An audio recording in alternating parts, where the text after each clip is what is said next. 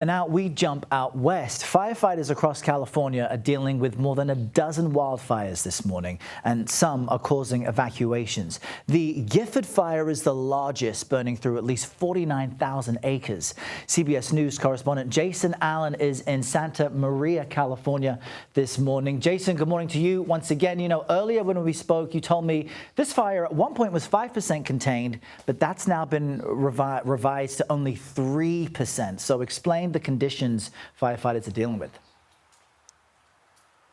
Right, Errol. And you know, that's something that's disappointing for firefighters, right? Because they're trying to get a handle around these fires, and any time that you see containment drop, it means they're losing ground. Now, that containment dropped in those early to late afternoon hours. That's when we really saw the Gifford Fire explode in size, and that's as temperatures were coming up and winds were starting to come up too. Now, this morning, here where we are in Santa Maria, winds are low, if there's anything at all. The temperatures are cool right now, and humidity overnight moderated a little bit. So conditions good for maybe getting some of those lines carved in the spaces where they can right now. But as the afternoon goes on, we're going to see temperatures come up in the mountains. We'll probably see humidity go down a little bit, and those winds will start to come up. So we're going to be looking at some similar conditions that led to the fire exploding in size yesterday.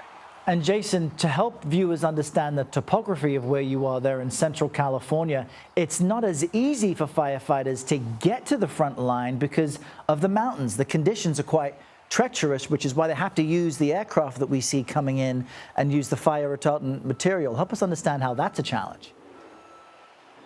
You're absolutely correct. You can kind of see some of the rolling landscape here, but that's only until you get to the mountains. So this highway right here, 166, this is the only road that gets across this national forest to the other side. Outside of that, Errol, it's just a lot of Jeep trails, right? A lot of dirt roads or even walking trails, and it's sparsely populated, but there are homes back there. There are camps there. There are ranches.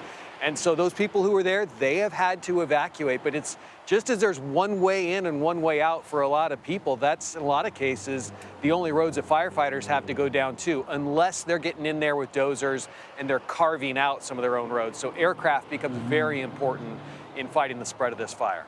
A gargantuan effort underway. Jason Allen on the scene. Jason, thank you very much.